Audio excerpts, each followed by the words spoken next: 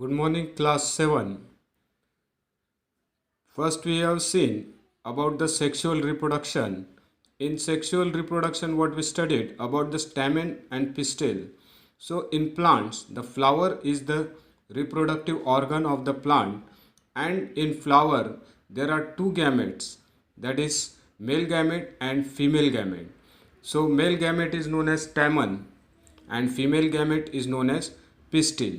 So, these are the two gametes or reproductive organ of the flower, male and female, that is stamen and pistil.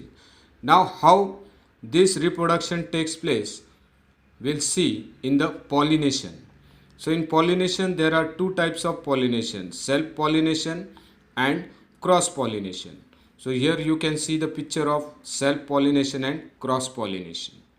So generally, pollen grains have a tough protective coat which prevents them from drying up. Since pollen grains are light, they can be carried by wind or air, water. So, see, first I will explain about the picture.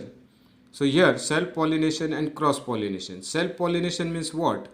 Here is one flower shown to you, and this flower is having two gametes, that is stamen, male gamete, stigma or pistil, it is called as female gamete. So what happened in male gamete? This is the anther, and anther is containing pollens.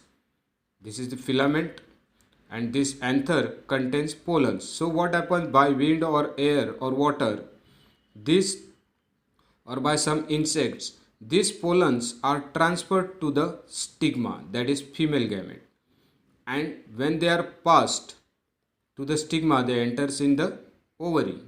So the pollens transfer from anther to the stigma of the same flower is known as self pollination. The pollen transfer from anther to the stigma of same flower is known as self pollination. And cross pollination, the pollen transferred from anther to the stigma of another flower. So this is one flower and this is another flower. So from here the pollens are transferred to the stigma of another flower, that is known as cross pollination. So you understood what is self pollination and cross pollination. Self pollination occurs in same flower and cross pollination occurs from one flower to the another flower. So these pollens are transferred by wind, water, insects, visitor flowers, and carry away on their bodies.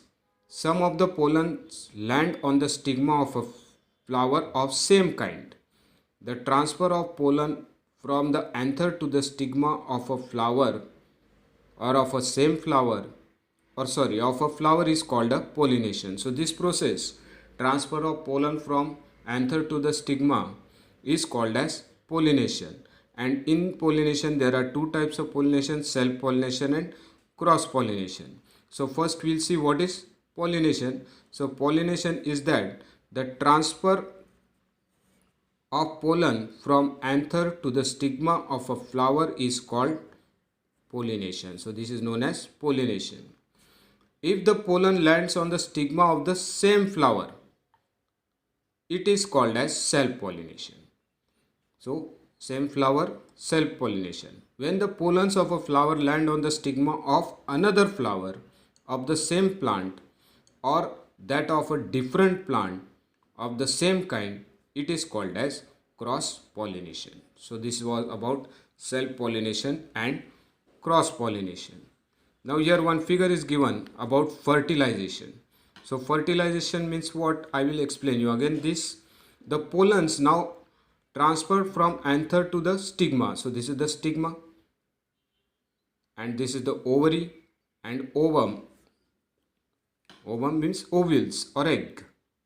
Then what happens? The pollen grains enter to the stigma and then the pollen transferred through this tube. So here one tube is given here, pollen tube. Through the pollen tube the pollen transferred to the ovary, and in ovary the ovules are present So they mix with it and they form zygote. Here the zygote is formed.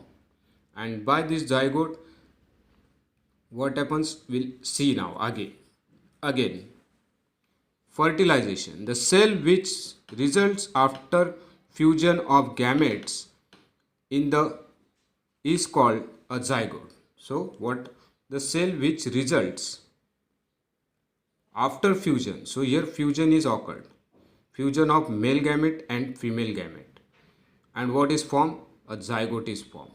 So male gamete, that is pollen grains coming from anther, and female gamete, that is ovary, pistil.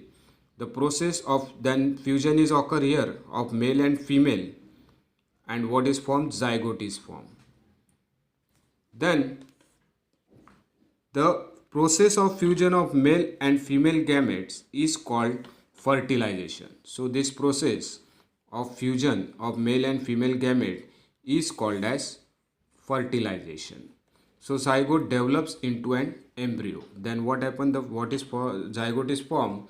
That zygote develops into an embryo. So this is the process of pollination and fertilization. Then after fertilization, what happens? Fruits and seeds are formed. After fertilization, the ovary grows into a fruit and another part of the flower falls off. The fruit is ripened ovary. The seed developed from the ovules. The seed contains an embryo enclosed in a protective seed coat. Some fruits are fleshy and juicy such as mango, apple and orange. Some fruits are hard like almonds and walnuts. So here fruits and seeds are formed after fertilization. First pollination takes place.